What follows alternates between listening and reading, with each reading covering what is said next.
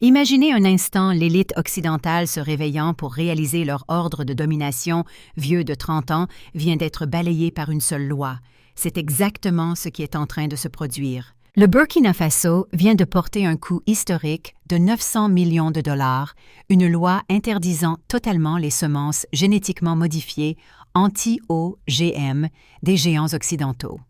Ce n'est pas une politique agricole ordinaire. Sous la direction du président Ibrahim Traoré, il s'agit d'une véritable déclaration d'indépendance remettant la grande souveraineté alimentaire entre les mains du peuple africain. Pour la première fois depuis des décennies, une nation se lève d'elle-même pour sauver la terre de ses ancêtres, ressuscitant les semences indigènes sans avoir besoin d'un signe d'approbation de Washington ou de Bruxelles. Et les conséquences? Une panique absolue s'empare des puissances occidentales. Ils ont peur. Ils sont terrifiés en réalisant qu'une fois que l'Afrique aura acquis l'autonomie semencière, leur chaîne d'intérêt de plusieurs milliards de dollars et leur levier de pouvoir des 30 dernières années s'effondreront complètement. C'est une histoire de fierté et d'éveil que vous ne trouverez pas dans les bulletins habituels de Africa News. Si vous croyez qu'un continent libre mérite de déterminer son propre destin, cliquez sur s'abonner et suivez jusqu'à la dernière seconde de cette confrontation bouleversante. Il a fallu moins d'une heure à l'Assemblée nationale du Burkina Faso pour adopter une décision qui change l'histoire. Il n'y a pas eu de débat prolongé, aucune hésitation. Les législateurs, guidés par la vision stratégique et le soutien inébranlable du président Ibrahim Traoré, savaient exactement ce qu'ils faisaient. Ils mettaient fin à un cycle brutal qui durait depuis 20 ans. Ce sont 2 décennies durant lesquelles les semences génétiquement modifiées, OGM brevetées par l'Occident, se sont insinuées profondément dans chaque pouce de terre agricole, liant les agriculteurs africains à des contrats annuels d'achat de semences et d'engrais, saignant leur économie jusqu'à la moelle. Cette loi anti-OGM de 900 millions de dollars est un verdict implacable. Elle interdit catégoriquement 4 souches d'OGM majeures directement liées à des géants monopolistiques comme Monsanto et Bayer. La loi resserre toutes les inspections aux frontières, exigeant une transparence génétique absolue pour chaque culture importée. Au lieu de continuer à verser de l'argent dans des laboratoires en Europe ou en Amérique près d'1 milliard de dollars, est alloué pour ressusciter les banques de semences indigènes sacrées à travers toute la région du Sahel. Il s'agit d'un tournant forgeant un nouvel ordre que vous verrez rarement analysé en profondeur à la une de Africa News contrôlée par les médias occidentaux. Mais derrière ces termes juridiques arides se cache le salut de l'âme. À Ouahigouya, une ville poussiéreuse du Nord, les agriculteurs se sont rassemblés autour de vieux postes de radio lors de la diffusion en direct de l'annonce. Certains ont applaudi, d'autres ont pleuré en silence. Ils se sont souvenus des saisons amères où le coton OGM importé promettait des rendements records, mais où ce qu'ils ont réellement récolté n'était que l'épuisement des terres et des dettes qui les dépouillaient de leur dignité humaine. Un ancien du village s'est étouffé d'émotion en disant « Nous avions perdu le goût de notre propre terre natale. » Pour eux, cette loi n'est pas seulement une politique économique, c'est la résurrection de la mémoire. C'est un retour aux semences ancestrales qui avaient été chéries, protégées et qui avaient nourri tant de générations bien avant que les multinationales n'apparaissent pour dicter leur destin. Cependant, cette renaissance sacrée de la terre est précisément le coup fatal porté directement au talon d'Achille de l'élite occidentale. Au moment où la loi de 900 millions de dollars a été adoptée au Burkina Faso, une onde de choc géopolitique s'est propagée à travers chaque neurone du système de pouvoir occidental. Ils ne s'attendaient absolument pas à ce coup. Dans les 48 heures exactes suivant le vote historique, la capitale Washington, D.C. a dû convoquer une réunion d'urgence au sommet. Cette table ronde n'était pas destinée à des agronomes ordinaires, mais constituait un rassemblement de PDG, de géants de la biotechnologie, d'avocats d'affaires chevronnés et des conseillers à la sécurité nationale les plus puissants. Pourquoi paniquaient-ils autant? Un mémorandum confidentiel diffusé en interne a mis en évidence une vérité brutale. L'action résolue du Burkina Faso pourrait déclencher l'effondrement systémique du marché des OGM occidentaux en Afrique de l'Ouest. Au cours des 30 dernières années, l'Occident a considéré le monopole des semences comme le levier parfait pour la manipulation politique. Désormais, un sénateur américain a dû lâcher une question qui a alourdi l'atmosphère déjà tendue. Que se passera-t-il si cet éveil devient un mouvement régional? Les analystes du département de l'agriculture des États-Unis, USDA, ont lancé un avertissement glacial. Si elle perd le marché africain, l'Amérique sera confrontée à un désavantage stratégique agricole à long terme irrémédiable. De l'autre côté de l'Atlantique, la terreur n'était pas moins extrême. La Commission européenne a immédiatement réclamé une évaluation d'urgence. Les groupes de pression agricoles français, des organisations qui profitaient depuis longtemps de la dépendance du continent noir, ont exercé une pression acharnée sur Paris. Furieux, ils ont menacé de traîner cette petite nation ouest-africaine devant le tribunal de l'Organisation mondiale du commerce, OMC. L'idée arrogante qu'une puissance occidentale puisse traîner une nation indépendante devant un tribunal international simplement parce qu'elle a osé choisir la liberté de planter les semences de ses ancêtres a totalement exposé la nature pragmatique et impitoyable de cette emprise. Quiconque suit régulièrement les récents bulletins de Africa News peut reconnaître un revirement spectaculaire. L'élite occidentale tremble, car elle sait parfaitement qui se cache derrière cette partie d'échecs historiques. Alors que Washington et Bruxelles sombraient dans la peur et que les multinationales publiaient frénétiquement des déclarations communes pour éteindre la flamme de l'indépendance à Ouagadougou, aucun cri de haine ni parole grandiloquente à bon marché n'ont été prononcés.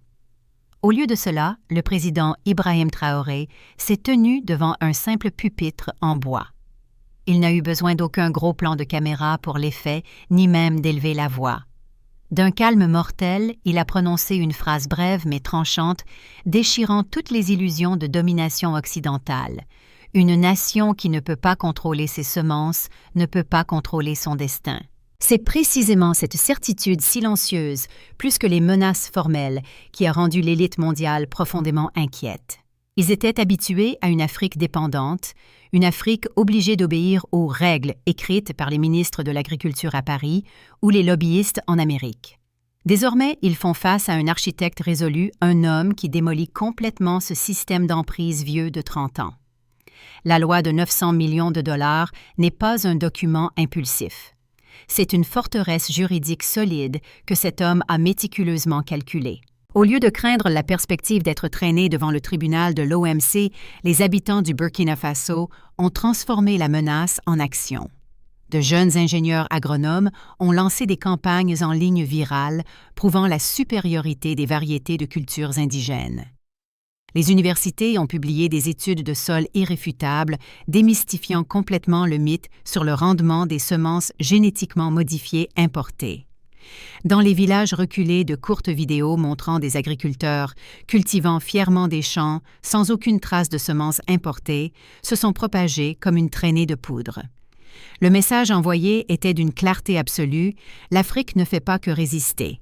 L'Afrique reconstruit de ses propres mains l'intégralité de ses fondations. Si vous suivez l'évolution des Africa News, vous verrez clairement le pouvoir n'est plus dicté par les menaces sur papier des sociétés géantes. La loi de 900 millions de dollars ne s'est pas arrêtée aux salles de réunion politiques de la capitale.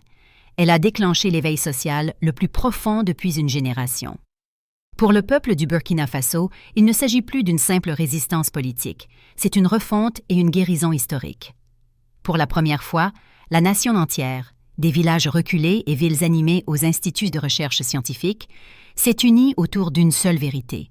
La souveraineté nationale doit commencer par la terre sous leurs pieds. Dans les zones rurales du Nord, les familles qui devaient autrefois ployer sous le poids des dettes pour acheter des paquets de semences importées ont commencé à se rassembler en cercles communautaires. Ils ont échangé les variétés de plantes de leurs ancêtres. Les femmes, celles qui avaient silencieusement préservé les semences pendant des décennies, sont soudainement entrées dans la lumière, devenant les gardiennes du patrimoine culturel fondamental de la nation. Dans les écoles, les enseignants ont commencé à apprendre à la jeune génération à comprendre qu'une graine qui a pris racine sur cette terre depuis des siècles ne porte pas seulement une valeur biologique, elle porte en elle l'identité et la fierté d'un peuple. Dans les marchés de Kaya et de Dougou, les commerçants ont parlé avec fierté du retour du vrai mil, du vrai sorgho et du vrai coton, comme s'ils venaient de retrouver de vieux amis. L'esprit d'autosuffisance rayonnait brillamment. Bien sûr, ils n'étaient pas naïfs. Ils savaient que les corporations occidentales pouvaient riposter économiquement. Mais tout comme l'esprit des pionniers américains résilients d'autrefois, ils étaient prêts à échanger les difficultés immédiates contre une indépendance éternelle. Comme un agriculteur l'a hardiment déclaré au milieu d'une réunion de village, nous avons traversé les pires tempêtes. Cette fois-ci, au moins, nous plantons notre propre avenir de nos propres mains. La vision du président Ibrahim Traoré a forgé une unité nationale sans précédent. Les jeunes qui se disputaient autrefois farouchement sur les idéologies politiques s'assoient désormais ensemble pour discuter des techniques d'irrigation et de la résistance à la sécheresse des cultures.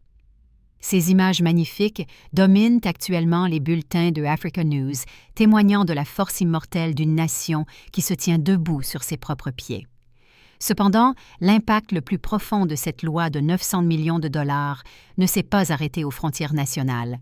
Elle a complètement remodelé la position du Burkina Faso sur la carte géopolitique de l'Afrique. Pour la première fois, les pays voisins ont discrètement mais fermement envoyé des délégations de haut niveau pour étudier méticuleusement cette loi. Une onde de choc systémique s'était formée. Ils n'étaient plus de simples observateurs passifs face aux manipulations du monde, ils reconstruisaient activement leur propre continent. À Bamako, des agronomes de l'Institut national de recherche du Mali ont passé des nuits blanches à analyser chaque disposition légale de la loi d'Ibrahim Traoré. Ils jettent les bases d'un projet ambitieux, une banque de semences commune pour toute la région du Sahel, une solide barrière de défense contre l'invasion biologique. Au Niger, le gouvernement de transition a audacieusement proposé d'établir un corridor transfrontalier de cultures indigènes, reliant les communautés et normalisant la protection des cultures.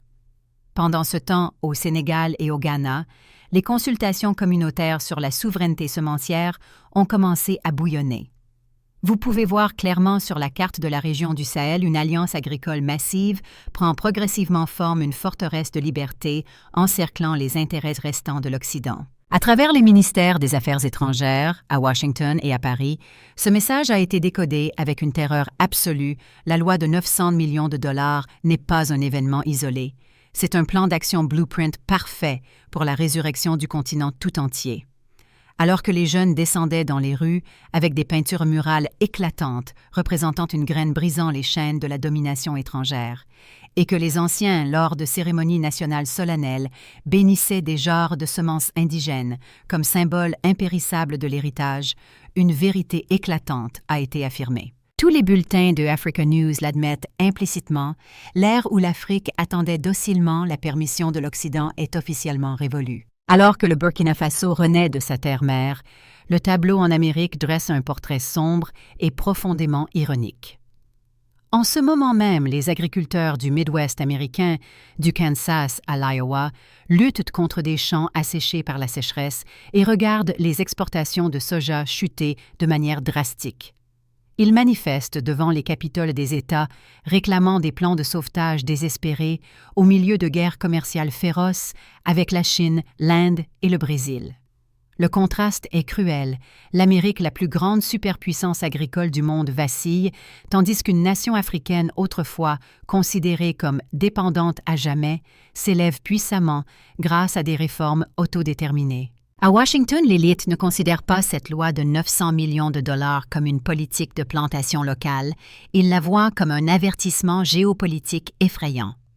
Le Pentagone et le Commandement des États-Unis pour l'Afrique AFRICOM ont publié des évaluations satellitaires top secrètes soulignant l'augmentation de l'autosuffisance agricole dans la région du Sahel. Pourquoi l'armée s'intéresserait-elle aux semences? Parce que, comme l'a avoué un haut responsable, si l'Afrique abandonne sa dépendance à notre biotechnologie, nous perdrons 30 ans d'avantages stratégiques. La dure réalité est la suivante. L'agriculture a longtemps été l'arme la plus tranchante de l'Amérique dans les négociations sur l'aide et la sécurité. Si une nation peut se nourrir elle-même, l'Occident perd son levier de pouvoir. Si la région du Sahel forme une solide alliance agricole initiée par le président Ibrahim Traoré, la capacité de Washington à diviser pour mieux régner et à négocier pièce par pièce s'effondrera complètement. Un producteur de blé à la retraite du Nebraska, en entendant ces nouvelles à la radio locale, a lâché avec amertume une vérité que les politiciens américains voulaient cacher. Peut-être qu'ils font exactement ce que nous aurions dû faire il y a des années: protéger nos terres, protéger nos semences.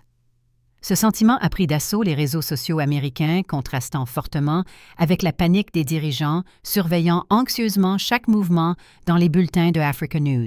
Cependant, si Washington et Bruxelles sombrent dans une panique absolue, le reste du monde, les pays du Sud, observent cet événement avec une admiration fervente. Pour la première fois, une nation africaine n'est plus une victime dans les bulletins de Africa News, mais est devenue un modèle pionnier. En Inde, les principales revues agronomiques ont salué la loi de 900 millions de dollars du Burkina Faso comme un chef-d'œuvre d'un système alimentaire décolonisé. Au Brésil, les analystes stratégiques affirment que ce changement audacieux de l'Afrique est le glas de l'ère de l'agriculture mondiale centrée sur la biotechnologie occidentale. Même Pékin observe discrètement, cherchant des opportunités de coopération à travers la technologie des semences hybrides non OGM et des stratégies d'irrigation. Mais c'est la réponse interne de l'Afrique qui constitue le levier de pouvoir le plus lourd. La terreur palpable de l'Occident, de la France, s'inquiétant de perdre le contrôle à l'Allemagne, avertissant que l'industrie biotechnologique européenne perdra sa place, est précisément la meilleure confirmation pour le peuple du Sahel. Il réalise que la souveraineté semencière n'est pas un vain slogan. Elle touche véritablement un point vital et profond au sein de la structure du pouvoir mondial. Comme l'a écrit avec acuité un célèbre journaliste kényan, « Si une graine peut terrifier l'Occident à ce point, alors l'Afrique a véritablement trouvé son levier. » La vérité a été exposée au grand jour, l'indépendance alimentaire et l'indépendance politique. Et c'est pourquoi, quelque part, à Washington, Bruxelles et Paris, les décideurs politiques recalculent frénétiquement les scénarios futurs qu'ils pensaient autrefois avec suffisance gravés dans le marbre. Ils comprennent que sous la direction d'Ibrahim Traoré, un nouvel équilibre des pouvoirs est en train d'être rétabli à partir des terres rouges ardentes de l'Afrique. Et c'est là le véritable tournant de toute l'histoire. Le secret dévastateur que Washington et Bruxelles tentent désespérément de cacher. La loi de 900 millions de dollars du Burkina Faso, par essence, n'a jamais été qu'une simple histoire de graines de maïs ou de sorgho. C'est un levier géopolitique fatal. Pendant des décennies, l'ordre mondial a fonctionné sur une hypothèse implicite et arrogante que l'Afrique sombrerait pour toujours et docilement dans la dépendance. Dépendance aux semences importées, aux produits chimiques importés et aux promesses d'aide au compte-gouttes. Mais en un seul mouvement, ce continent a fracassé cette équation. Regardez cette logique de pouvoir nu. Lorsqu'une nation contrôle sa propre fondation alimentaire, elle saisit immédiatement le pouvoir de dicter les termes commerciaux. Lorsqu'elle maîtrise le commerce, elle contrôle d'énormes flux de revenus. Et lorsqu'elle a des finances indépendantes entre ses mains, elle construit elle-même la nation sans avoir à s'incliner devant aucun fonds monétaire international. C'est le cauchemar absolu de l'élite mondiale. La structure de pouvoir de 30 ans d'emprise s'effondre sous leurs yeux, non pas à cause d'émeutes sanglantes ou d'armes à feu, mais par une arme encore plus terrifiante, la non-pertinence. L'Occident devient non pertinent face au destin du continent noir. Cette vérité historique, bien qu'ignorée par les médias traditionnels, brille de mille feux dans tous les bulletins de Africa News les plus authentiques. Mais cette ascension n'est pas parsemée de roses. Les agriculteurs résilients du Burkina Faso et de toute la région du Sahel comprennent tous une réalité brutale. Ce moment n'est pas simplement une victoire à célébrer, mais une responsabilité historique vitale. Le président Ibrahim Traoré n'est plus aujourd'hui seulement un leader national. Dans les yeux terrifiés de l'élite mondiale, il est l'architecte le plus dangereux d'une Afrique post-OGM. Sa décision historique l'a élevé au rang de symbole immortel de fierté et d'autonomie. Cependant, comme toute grande percée dans l'histoire, ceux qui ont autrefois détenu le pouvoir n'abandonneront jamais facilement leur trône. Une pression énorme s'abattra inévitablement. Les conflits commerciaux connaîtront une escalade brutale, les programmes d'aide humanitaire seront militarisés et soudainement coupés, et le langage diplomatique deviendra plein de menaces. Il y aura des efforts insidieux pour diviser l'unité des nations africaines à travers des carottes économiques sélectives et des bâtons punitifs dissimulés. Les 3 prochaines années seront une épreuve du feu.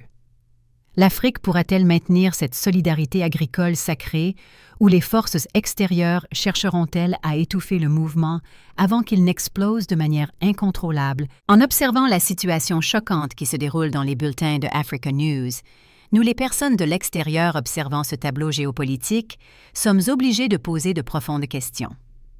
Pensez-vous que les stratégies de réforme nationale du président Ibrahim Traoré ont vraiment atteint une efficacité absolue? Pouvons-nous continuer à accorder notre entière confiance au président Ibrahim Traoré ou devrions-nous soutenir quelqu'un d'autre pour lui succéder dans cette longue guerre contre l'intervention occidentale? Peu importe le nombre de coups punitifs que les puissances mondiales déchaînent au plus profond des campagnes du Burkina Faso, un magnifique tableau de renaissance a été peint. Les gens ne sont plus de simples employés dans leur propre patrie. Ils sont éduqués à l'autonomie vivant et respirant librement sur la terre qui a nourri leurs ancêtres. Dans un village reculé du Sahel, l'image d'une grand-mère apprenant soigneusement à sa petite-fille comment semer les graines ancestrales dans la terre rouge, un lien de sang qu'aucune force plutocratique ne peut briser, est le témoignage le plus éloquent. Au milieu de la myriade de bouleversements étouffants dans les bulletins de Africa News, la graine de la résilience s'élève plus farouchement que jamais. Et par-dessus tout cet esprit se résume, dans une déclaration fière, un serment retentissant du président Ibrahim Traoré, qui est devenu la boussole de tout un continent. Nous ne demandons pas la permission d'être libres. Nous nous sommes levés pour la prendre. Si vous croyez que Ibrahim Traoré est une bénédiction pour l'Afrique, partagez cette histoire. Abonnez-vous à la chaîne pour continuer le voyage d'une Afrique qui ne courbe plus la tête. Que Dieu bénisse l'Afrique.